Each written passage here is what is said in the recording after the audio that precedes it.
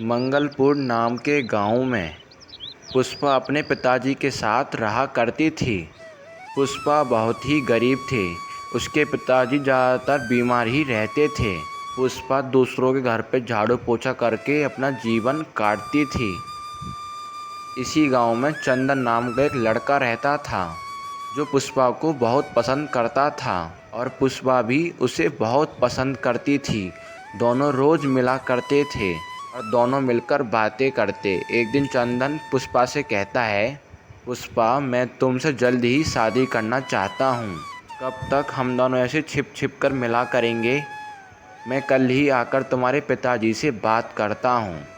मैंने अपने परिवार वालों से बात कर ली है और वो तुम्हें बहुत पसंद करते हैं और मैं यह भी जानता हूँ तुम्हारे पिताजी इस रिश्ते के लिए मना नहीं करेंगे। फिर पुष्पा चंदन से कहती है, हाँ ये तो है, मेरे पिताजी तुम्हें कहीं ना कहीं पसंद तो करते हैं और शादी के लिए मना भी नहीं करेंगे। लेकिन चंदन, शादी में बहुत खर्चा आएगा।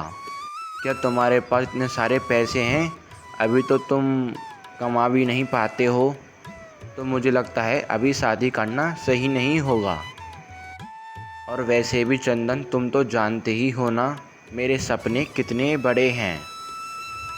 चंदन फिर पुष्पा से कहता है, चिंता मत करो पुष्पा, वैसे भी मैं तो शहर जाने वाला हूँ। सोचा वहाँ जाकर नौकरी करूँगा और तुम्हें भी शादी करके अपने साथ ले जाऊँगा।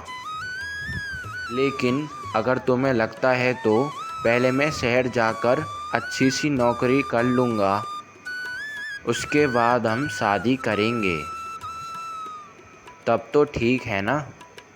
पुष्पा कहती है, हाँ मैं भी तो वही कह रही थी। पहले तुम कोई अच्छी सी ढंग की नौकरी देख लो, उसके बाद ही शादी के बारे में सोचेंगे। और मैं भी एक बार अपने पिताजी से पूछ लूँगी। अच्छा फिर ठीक है, मैं चलती हूँ, पिताजी मेरी राह देख रहे होंगे। पुष्पा फिर चंदन से इतना कहने के बाद अपने घर की ओर चली जाती है। और पुष्पा घर जाने के बाद सोचती है, मुझे नहीं लगता कि मुझे चंदन से शादी करनी चाहिए। वैसे भी ये मुझे शादी के बाद कौन सा सुख देगा? ठीक से काम धंधा तो कोई करता है नहीं और वैसे भी मेरे तो बहुत बड़े बड़े सपने हैं जो मुझे नहीं लगता कि चंदन पूरा कर सकेगा। मुझे इसके बारे में सोचना बंद कर देना चाहिए। जब तक मुझे ऐसा लड़का नहीं मिलता जो मुझे शादी के बाद रानी की तरह रखे, जब तक मैं शादी नहीं करूँगी और चंदन से तो बिल्कुल भी नहीं करूँगी। और यहाँ चंदन घर आकर सोचता है, पुष्पा, मैं तुम्हें बचपन से जानता हूँ, आखिर हम बचपन से दोस्त हैं। आखिर तुम्हें मुझसे ज़्यादा कौन जान पाएगा? मैं ये अच्छे से जानता हूँ कि तुम किस तरह की ज़िंदगी जीने की चाह रही हो। और पुष्पा, मैं तुमसे वादा करता हूँ, जैसा तुम चाहती हो बिल्कुल वैसा ही होगा। मैं तुम्हारे लिए सब कुछ करूँगा। मैं तुम्हारे लिए कभी भी किसी चीज़ की कमी नहीं होने दूँगा। बस तुम एक बार मुझ पर भरोसा कर लो। पर अफसोस, तुम्हें मुझ पर भरोसा ही नहीं है। काश तुमने एक बार शादी के लिए हाँ कहा होता।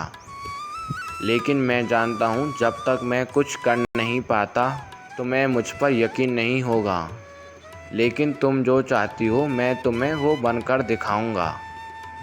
ऐसा सोचकर चंदन दूसरे ही दिन गांव को छोड़कर शहर के लिए निकल जाता है और कुछ दिन ऐसे ही बीत जाते हैं।